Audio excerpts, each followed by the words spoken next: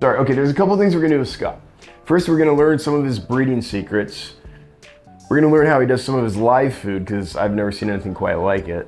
And then he's bought a lot of fish from dancfish.com that he's breeding, so we're gonna look at some of those, which is awesome because it's cool to see what the fish look like a few months or a few years down the line after a customer's bought them. So I get to do that here, which is pretty cool. So there's a tank here with rainbows I think I wanna start with. Let's go over there.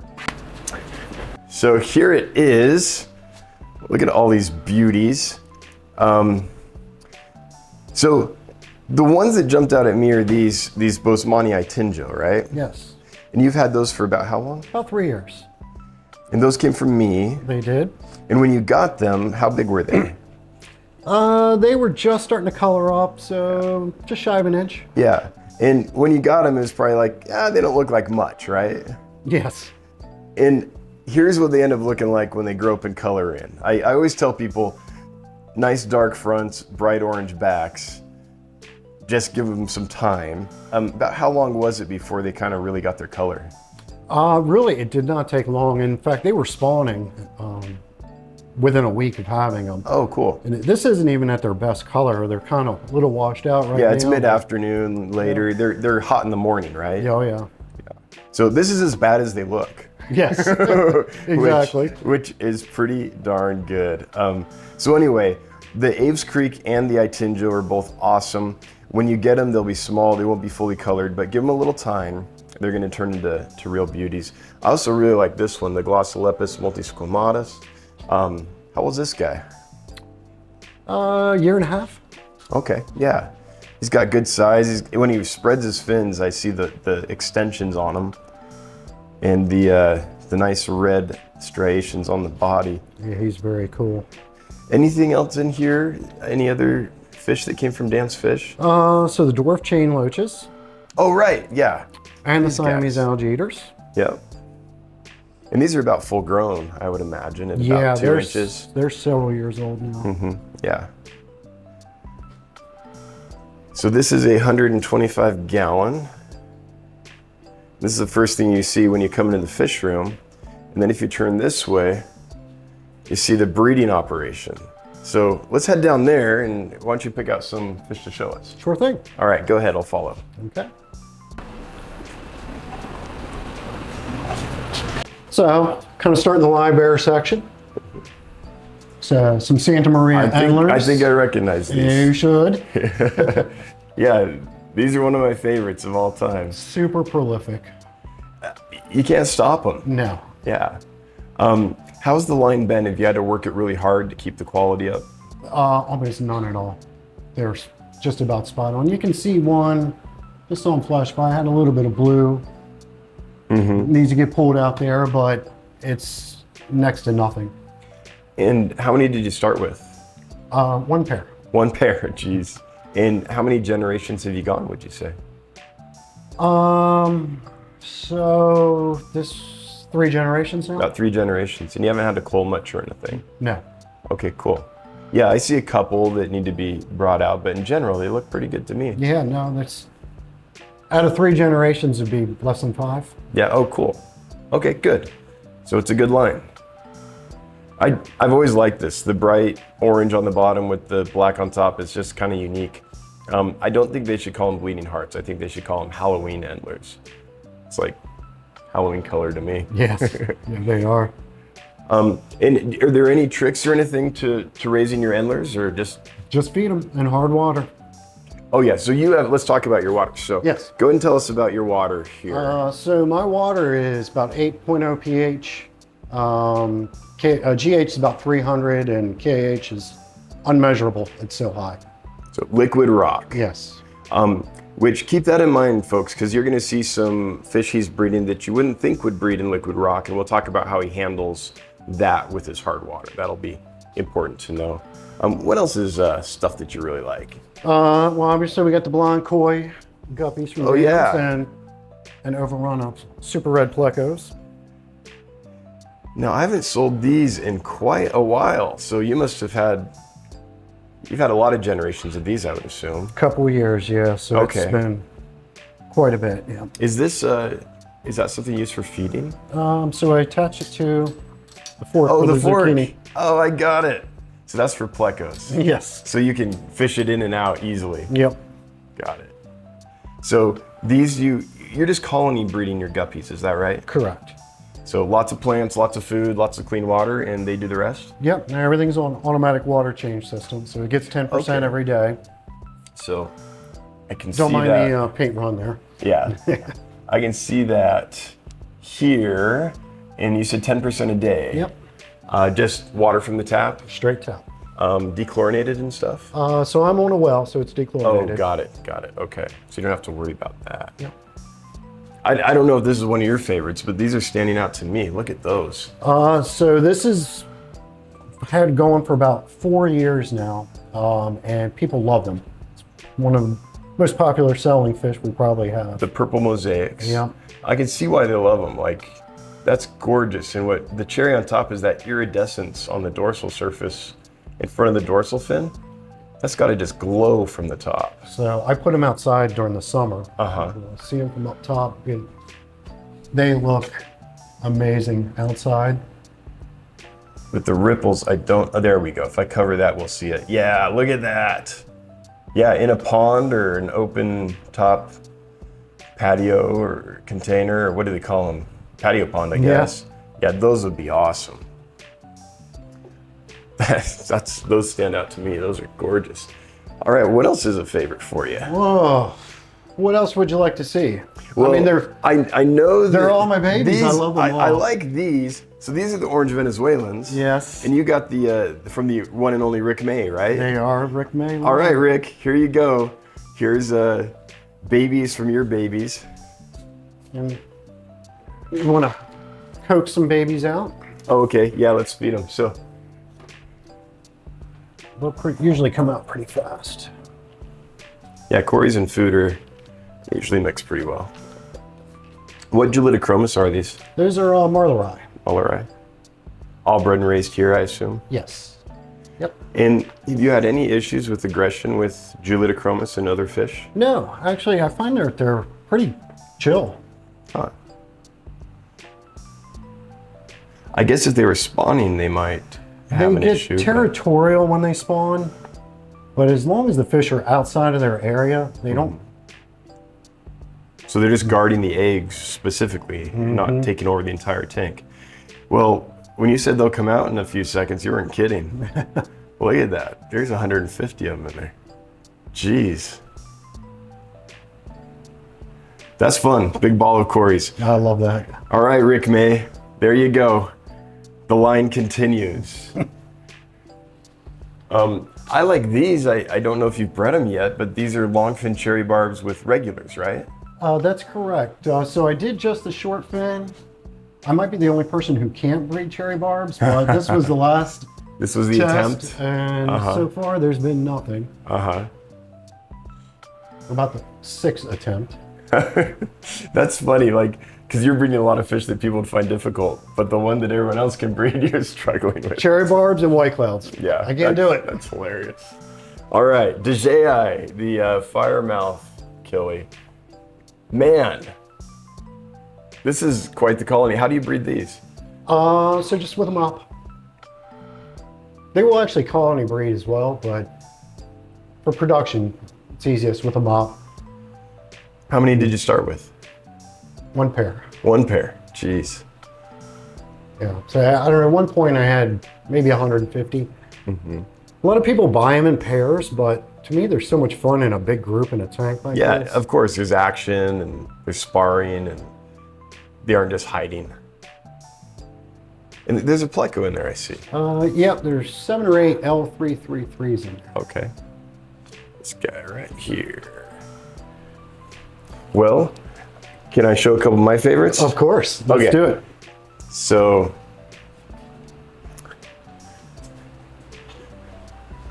for me, this is awesome. So these are Lamprichthys tanganicanus, the Tanganyikan Lampeye killifish. So, I think that's good. Yeah. See them all in there? Those are awesome. So these are from what, 2 weeks old to a couple days old, something like that? yep. As of this morning. And I think I can get him from the side. Here, we won't need you to block that. There you go. Look at them all. That's awesome. This is a fish that took me decades to get and breed. And I just remember the feeling when I finally got him and finally bred him and raised him. You've got, how many are in there? It's 20 at least. Yeah, maybe 30. So what do you do to raise these? You've got them in this breeding ring from Swiss Tropicals. Yes. And what do you use for food? They're super easy. So I'll use the Aquarium Co-op Magic Small Fish Feed, live brine shrimp, just real crushed up flakes. They come out pretty good size, so they're easy to feed. Do you find that for the first few days they only want to feed from the surface, or will they go down and eat? They pretty much eat from anywhere. Okay, cool. In the Aquarium Co-op small fish flake is small enough for even newborns, or? Yep. Oh, really? Yep. That's awesome. That makes it easy. If you actually kind of spread it out, you can see there is some variation in the size of that food. Okay, yeah, since these are different ages, that works. Baby black ruby barbs. Another one that I think is really cool, because a lot of people struggle with it, is this. This is Micropocilia picta, the red swamp guppy. You didn't get these for me, did you? I did. Okay, Two cool. pairs, yes. That was 2 pairs, and now you got 2 tanks of them. This is one of them. And since people struggle with these, breeding them, what's your secret? It's cover for the babies and feeding well. I think a lot of people don't feed their fish enough. So I feed heavy, which with the water change system makes it easy to do, but I think that's a big part of it. So do you feed anything special for the babies? No, I just kind of feed the tank. So what does feeding heavy mean? Does that mean many times a day? Does that mean just a lot when you do? Does that mean food they can eat all throughout the day? If I can, multiple times a day, and each time will be a lot. Live foods really makes a difference. So I feed live white worms to basically every fish in this room, which is great to fatten them up and get them spawning. How about the babies? Do you do baby brine shrimp or anything? Or I do, okay. yeah. Cool. Well, those ones are fat and sassy and obviously producing really, really well. There's a lot of babies in there. Yeah, yeah, for sure. There's 300 fish in that tank, I bet, if we look back in the plants. Can we play Lift the Leaf? Yes, let's do it. All right, let's play Lift the Leaf. Look at all these guys. All right, so those are Corydoras duplicareus. Yes. Let's go to the next one. These The similis. are Corydoras similis.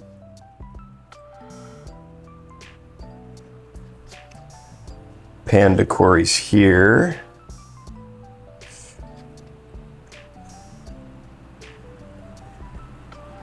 Trilineatus. Corydoras trilineatus. So the leaf, when they're young, when they're first hatching out, they just like the cover, huh? They like the security of it. I think they're light sensitive. So they like to be under that leaf, and I'm assuming it provides some kind of little microfauna that they can feed on. And yeah. What do you feed the baby Corys? so just crushed up pellets, live baby brine shrimp. At this size, I'll start doing rapashi. Newborns, though, crushed up pellets and brine shrimp. Yeah. And then rapashi when they get here. Okay, cool. And then you had a whole bunch of like black Venezuelans. Oh, yes. It's like hundreds of them in here. Let's see if we can see them. This tank's set up a little different, but can we bring that forward? I don't know why this tank runs brown. Ready? Yep. Boom, look at all those. Those are all black Venezuelans. Jeez, that is awesome. You said you're interested, right? There's a lot there. Yeah, I would buy them all, honestly, when you raise them. So this is a fish I haven't seen in a while since it left my warehouse. This is Melanotaenia pygmea, the pygmy rainbow. And this is one that's really hard to find, and it's proving a little challenging to breed. Is that true? It is for me. I've had a hard time. I've So far, just a handful of fry out of numerous attempts. Do you think they're not very prolific? Do you think they eat the eggs? So I get plenty of eggs, but and I can get the fry to hatch, but I've not been able to keep them alive past a week. Is it a size thing or any clue? No clue yet. I've tried a number of different things. And they're no smaller than Bosemani or the Kamaka or the Praycocks. The Parvos I've bred tons of. Yeah, so if you've bred Melanotania pygmaea and you know the secret, let us know in the comments, because I think Scott and I would be very interested in how to get a better success rate with the babies. And it's not like Scott's inexperienced and doesn't know how to raise fish, so there's something we're missing. So let us know if this is a fish that you know about. Oh dude, this threadfin is dancing. Of course he just stopped. Of course. Yeah, he stopped. Let's see here. So I'm gonna get on the other side. Sure. Go ahead, go here. So you mentioned live food. Yes. You mentioned live food's a big part of your success, and I noticed like a container here with like 1/2 inch of white worms in it. So, and I've seen you today feed a lot of white worms. So is live food a big part of what's going on, or do you think that prepared foods can be sufficient, or what are your thoughts about feeding for breeding? Prepared foods can be sufficient, but I think this really pushes it over the edge. If you're really wanting to breed a lot of different fish, and you can raise scoopfuls of them inexpensively. Now you use the Dave Ramsey method, right? With wheat bread and yogurt and yeast. Correct. For feeding. Yep. Yeah, and you get really high production that way. And I've seen you feed the Corys. So how do you incorporate food into Cory spawning? So people do all kinds of things with Corys. They'll wait for a storm to come in. They'll do a big water change. They'll find an easy to breed species, and when it breeds, they'll take some water and put it in the hard to breed species tank, thinking that there's pheromones or sex cells in it or something that excite them. What do you do to breed all these Corys? It varies a lot on the species. Most of them will trigger during a low pressure front. Cold water changes. So what I'll do on some of the harder fish like the similis, or harder for me, or the duplicareus, is I will do a cold water change with RO water during Pure a storm. straight RO? Straight RO. So it's like raining is what you're simulating. Exactly. And I'll show you if you want to see how much I'll feed these guys. It's a lot. So storm's coming in, you do a water change with cold RO water. Yeah. So and by cold, do you mean like, I don't know, 65 degrees, something like that? Yeah, probably 60 to 65. And how big of a water change? About 5 gallons. Okay. In a 10-gallon tank? Yep. So half, 50%. Okay. And I will just feed a lot. A lot. And these white worms will survive in the water for a week and a half to 2 weeks. Okay, so they're not going to rot and foul the tank. No, but they will be eaten by Tuesday at the latest. Okay, so storm comes in, big cold water change with RO water, a ton of food, and that tells the fish there's plenty of food and it's a rainstorm. Go for it. Let's do it. Any Corys that you have trouble getting to go? No. I got to get you some Equus. I've heard those are hard. And see if we can get them going. Yeah, people struggle with those. What's the fish that took you the longest time to crack, that you've worked the hardest to breed and finally got them? What's one that was giving you trouble? So that I really haven't had success. Of course, the cherry barbs, the white clouds, blue Gularis. Oh, right. I tried for a year and a half and got 1 fry. So or 1 to adult size. So one thing I guess we should talk about. So with the Corys and the blue Gularis and everything, you have really hard water. So how do you prevent the eggs from calcifying?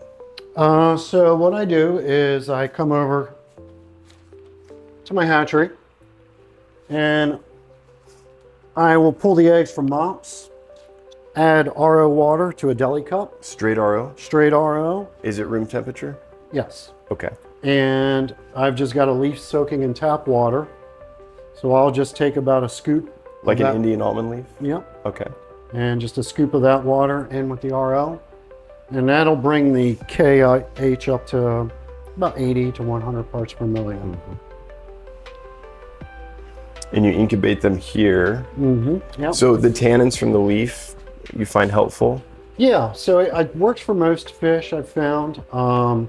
Like the dupes or duplicareus, the similis, seem to be sensitive to the methylene blue. So I don't have as good a hatch rate with that. So the tannins work well for those. The rainbows I actually find opposite work better with methylene blue. And no tannins? Yeah. Oh, okay. So you don't put tannins in all of them. You've kind of got a feel for who likes it, who doesn't. It's kind of a work in progress. I'm always experimenting and trying different ways. And yeah, and of course I have Pygmy in tannin water right now. I should have put them in methylene blue, but yeah. So they either get tannic water or methylene blue? Yes. Do you ever do both? I have not done both. Okay.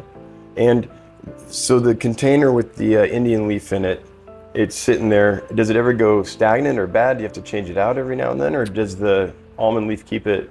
I go through it fast enough. Oh, okay. I mean, I'll refill this every other day or every 3 days. Oh, got it. So it's not getting stagnant and gross.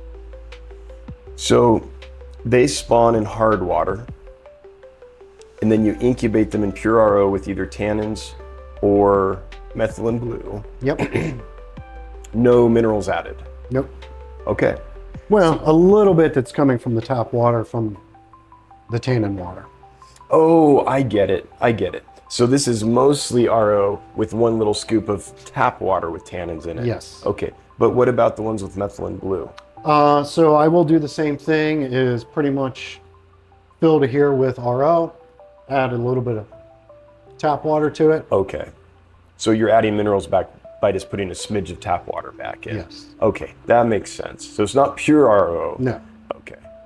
And then, so they can spawn in the hard water. You incubate in the soft water you've made that's just got a little bit of tap water in for some mineralization, and you don't have calcification problems that way. Correct. So you've been able to breed really soft water fish this way in hard water. Yes. Incubate in soft water, and then you raise the babies back in hard water, right? Straight back to hard water. As soon as, if we get lucky enough to, no, as soon as those babies hatch, they go straight to the hard water. Okay. In those breeding rings, and they get raised there. Yep. See, I think this is awesome because there's so many people that have soft water fish, they have trouble breeding them, and they have hard water, and they're trying to make the entire aquarium soft water to breed them and raise them. It's a lot of But work. the hack is just incubate the eggs in there. That's it. Yeah, I'm a little bit lazy, so I'm going to take the easy Yeah, way. yeah, for sure. Well, that's a good. I've never heard of this hack before. I think that's awesome. I learned a lot today. That's actually really valuable information. What's the next breeding projects? What are the things you're really excited about coming up? I'm excited about these. These are the purple pencil fish. I know they're difficult. I don't know that many people have had success. Is this one you're gonna set up, or? This is going to be one, so I tend to kind of go in groups. I'll try to spawn enough numbers of a fish for what I need, and then I'll move on. So I've been running through the Corys right now, and I'm trying to do the rainbows, and then I'll mix in. Of course, springtime's coming up. There's going to be some fish going outside, and that'll open up some new projects too. Is there one that you're about to work on that you haven't worked on in the past? Anything new? So these will be the first. This is the purple pencil fish. Okay. I want to show. Oh, and then the Nannochromis. Okay, yeah. So in here, there's some Nannochromis. We already fed them today, so we can't feed them, make them come out. But what's worth looking at in here too are these awesome Luminatus, Pseudomuga luminatus. Now, this is one that a lot of people try to breed and do struggle with. Do you use a mop, or how have you had success? Because I saw a tank full of babies over there. I just put them in a tin with a mop. Just a bare tank with a mop is all. Feed the heck out of them? Yep. Do you pick the eggs from the mop and incubate them in the soft water? Yes. Okay. All right, cool. Shout out to Aquarium Co-op. I'm seeing a whole lot of Aquarium Co-op sponge filters with easy flow attachments on them. This should be hashtag sponsored. Exactly. There's about 100 of them in here. Yeah. So. What do you like about them? I like the coarse sponge because, well, I'd cleaned because you were coming, but I mean, I can go a year and not clean the sponge filter. And having the flow with the jet lifter is nice. It's quieter. Yeah. You know, I talk about how I like the directional flow a lot, but one thing I've never talked about is how much quieter it is with that easy flow attachment. Yeah, I like it too. And that's part of the reason I switched to exhaust fans instead of a dehumidifier. Try to keep the room quieter. And So let's talk about the room a little bit next. So Sure. Here it is, folks. There's a few display tanks, a bunch of breeding and rearing tanks there, a few display tanks here. We've got a loop here that's on a linear piston pump, right? The air loop. 3 of them. 3 of them. Yes. It's stacked Yeah. because you started small and grew. Exactly. Yeah. That's the nice thing about linear piston pumps, they stack. What can you tell me about your water change system, may I? Of course. So it is actually not even in this room. So that it's kind of a temporary setup for just to get the RO water for now. I intend to set up a bigger container outside the room and a pump where I can pump it in. So this is RO. Yep. And you collect that In a bucket right in a bucket for now, because you're just using it to incubate, right? Or yeah, for the water changes on the Corys. Oh, okay. So you do some of the Corys and stuff you do cut with RO water. Yes. Okay. The similis, duplicareus. Ones that you have trouble getting to go in hard water. Yes. Okay, cool. So that's that. The auto water change though doesn't have RO automatically, right? It does not. So this is all tap water. Yep. Coming in and going down. I imagine it's on a sprinkler timer.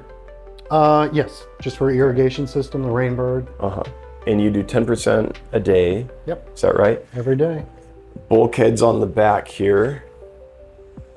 And that just goes out the drain and you don't have to worry about water changes? Makes it easy. Unless you're trying to breed Corys and then you do 50%.